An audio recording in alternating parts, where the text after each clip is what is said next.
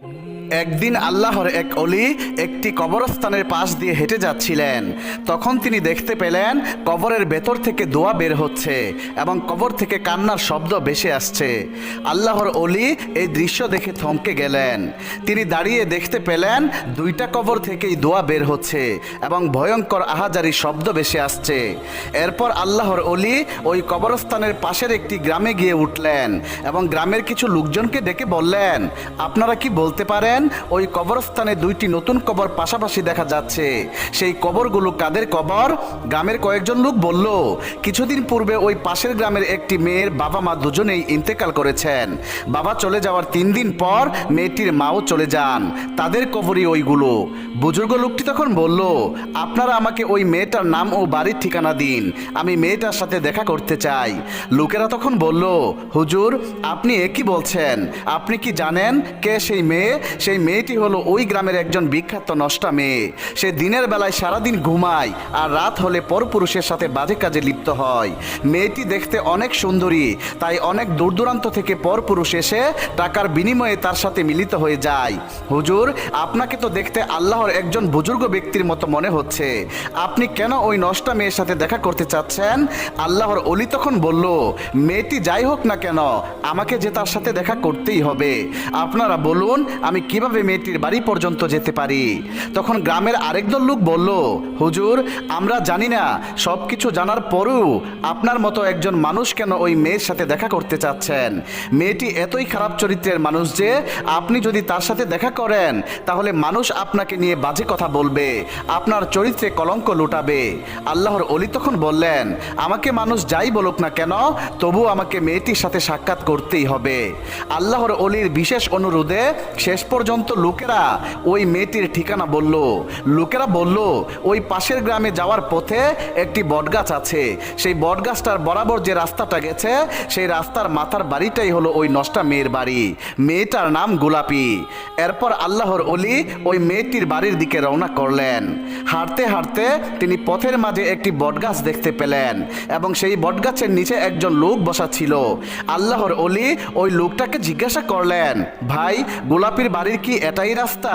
লোকটি তখন বলল, জি এটাই, কিন্তু হুজুর আপনি কেন তার বাড়িতে যাবেন? তার কাছে তো ভালো কোনো মানুষ যায় না, তাকে সবাই রাতের রানী বলে ডাকে, সে সারাদিন ঘুমায় আর যখনই অন্ধকার নেমে আসে তখনই পুরপুরুষের যাতায়াত শুরু হয় তার বাড়িতে। পরপুরুষেরা সারা রাত তার সাথে রাত কাটায়, সকালবেলা হলে আবার চলে যায়। দিনের বেলায় তো কোনো পুরুষ তার এখানে যায় না। হুজুর আপনি কেন এই সময় তার কাছে যাচ্ছেন? আর আপনাকে দেখে তো একজন পরেজগার মানুষ মনে হচ্ছে। আল্লাহর অলি তখন বললেন, আমি কোনো খারাপ উদ্দেশ্যে তার কাছে যাচ্ছি না, আমি তাকে ভালো পথে ফিরে আসার জন্য আহ্বান করতে চাই। আচ্ছা তুমি আমাকে বলো তো এই মেয়েটি কতদিন ধরে এই কাজে লিপ্ত হয়েছে? লোকটি তখন বলল, কয়েক মাস হলো মেয়েটির বাবা মা দুনিয়া ছেড়ে চলে গেছে, এরপরেই মেয়েটি এই খারাপ পথে চলে যায়। অতঃপর আল্লাহর অলি আর কোনো কিছু না বলে সেই রাস্তা ধরে মেয়েটির বাড়িতে গিয়ে উঠলেন। আল্লাহর অলি মেয়েটির বাড়ির উঠোনে দাঁড়িয়ে ডাকতে লাগলেন, ঘরের ভেতরে কি কেউ আছেন? একটু বের হবেন, আপনার সাথে আমার জরুরি কিছু কথা আছে। কিন্তু ঘরের ভেতর থেকে কোনো সারা শব্দ আসছে না। হুজুর আবার ডেকে বললেন, ভিতরে যদি কেউ থেকে থাকেন তাহলে একটু বাহিরে আসেন। এরপর ঘরের ভেতর থেকে একটি মহিলা বের হয়ে আসলো। আল্লাহর অলি মহিলাটাকে জিজ্ঞাসা করলেন, আপনার নাম কি গোলাপি? মহিলাটি বলল, না ম্যাডাম ওই পুকুর পাড়ে গোসল করতে গেছে, আপনি ওইখানে গেলেই তাকে পাবেন। এরপর আল্লাহর অলি পুকুর পাড়ে গিয়ে দেখতে পেলেন মেয়েটি পুকুর পাড়ে বসে গোসল করার প্রস্তুতি নিচ্ছে।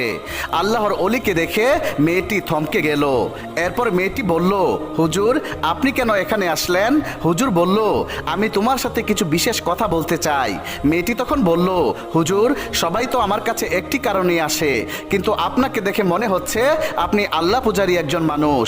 তাহলে বলুন তো আমার মতো একজন নষ্টা মেয়ের সাথে আপনার কি এমন বিশেষ কথা থাকতে পারে? হুজুর তখন বলল, আমি তোমাকে কিছু কথা জিজ্ঞেস করব, তুমি কি তার সঠিক জবাব দেবে? মেয়েটি তখন বলল, আমার চরিত্র খারাপ হলেও আমি আবার মিথ্যা কথা বলতে পারি না, আপনি বলুন কি জানতে চান? আল্লাহর অলি বলল, কিছুদিন আগে তোমার বাবা মা দুজনেই দুনিয়া ছেড়ে চলে গেছে, এটা তো সত্য। মেয়েটি হেসে হেসে উত্তর দিল, আমার মা বাবাকে অনেক ভালোবাসতো, তাই বাবা চলে যাওয়ার 3 দিন পর মাও চলে যায়। আল্লাহর অলি তখন বলল, তুমি কি জানো তোমার এই পাপের জন্য তোমার বাবা মায়ের কবরে যে ভয়ানক আযাব হচ্ছে? আছে। মেয়েটি তখন বলল, আমার কারণে যদি তাদের কবরে আযাব হয় তাহলে এটাই তাদের প্রাপ্য ছিল, কেননা তারাই তো আমাকে খারাপ বানিয়েছে। তারা যদি আমাকে ভালো মানুষের মতো মানুষ করত তাহলে আমি আজকে এই পথ বেছে নিতাম না। তারা চলে যাওয়ার পর কেউ আমাকে দুমুঠো ভাতও দিয়ে যায়নি, কেউ আমার কোনো খোঁজ খবর রাখেনি। আমি কি খাচ্ছি, কি পড়ছি, এ নিয়ে সমাজের কারো কোনো মাথা ব্যথা নেই। উপায়ন্তর না দেখে আমি বাধ্য হয়ে এই পথ বেছে নিয়েছি। আল্লাহর অলি বলল, মাগো, বাবা মা কখনোই চায় না তাদের সন্তান খারাপ পথে পরিচালিত হোক। তারা তাদের সাধ্যমতো সন্তানদেরকে মানুষ করার চেষ্টা করে। দুনিয়াতে অনেক ভালো কাজ আছে, তুমি সেইগুলোও বেছে নিতে পারতে, বিয়ে করে সংসারী হতে, সেটাই তো ছিল তোমার মঙ্গল। এখন তোমার এই খারাপ কাজের জন্য কবরে তারা শাস্তি পাচ্ছে। তারা তো এই জন্য তোমাকে দুনিয়াতে জন্ম দিয়ে যায়নি। যখন তুমি দুনিয়া থেকে বিদায় হয়ে যাবে তখন তোমার কবরেও একই আযাব হবে। মাগো, এখনো সময় আছে, তুমি ভালো পথে ফিরে আসো। এতে করে আল্লাহ রব্বুল আলামিন তোমার বাবা মায়ের কবরের আযাব মাফ করে দিতে পারেন। আল্লাহর অলির এইসব কথা শুনে মেয়েটির মনে আল্লাহর ভয় সঞ্চার হলো। মেয়েটি বলল, হুজুর, আমি কিভাবে এই পথ থেকে বের হতে পারি? আপনি আমাকে সৎ উপদেশ দিন, কি করলে আমি এই পথ থেকে বের হতে পারবো? মেয়েটি এই কথাগুলো বলছিল আর পুকুর থেকে পানি হাতে নিয়ে ছিটকিয়ে মাটিতে ফেলছিল। সেইখানে একটি ল্যাংড়া ব্যাঙ ছিল, যেই ব্যাঙটি 7 দিন ধরে পানির পিপাসাতে কাতর ছিল। মেয়েটি যখন পানি ছিটকিয়ে ফেলছিল আর সেই পানিগুলো ওই ল্যাংড়া ব্যাঙের মুখে গিয়ে বারবার পড়ছিল, ব্যাঙটি তৃপ্তি সহকারে সেই পানি পান করলেন।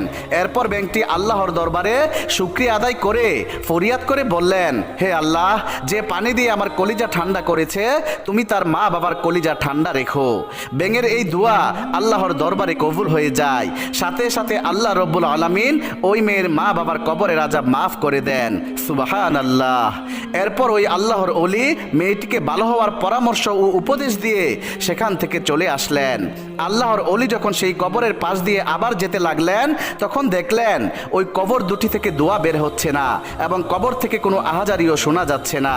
এরপর আল্লাহর অলি আকাশের দিকে তাকিয়ে বললেন, হে আল্লাহ, তুমি রহমানুর রাহিম, তোমার লীলা বোঝার সাধ্য কারণে। প্রিয় বন্ধুরা, পরবর্তীতে সেই গোলাপি মেয়েটি সমস্ত পাপ কাজ ছেড়ে দিয়ে আল্লাহর পথে ফিরে এসেছিল।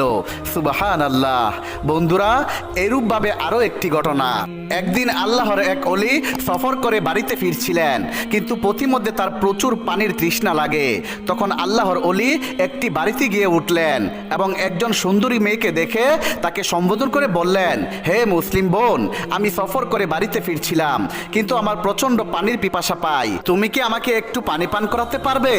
এই কথা শুনে মেয়েটি বলল, আপনি ঘরের ভিতরে আসুন, আমি ব্যবস্থা করে দিচ্ছি।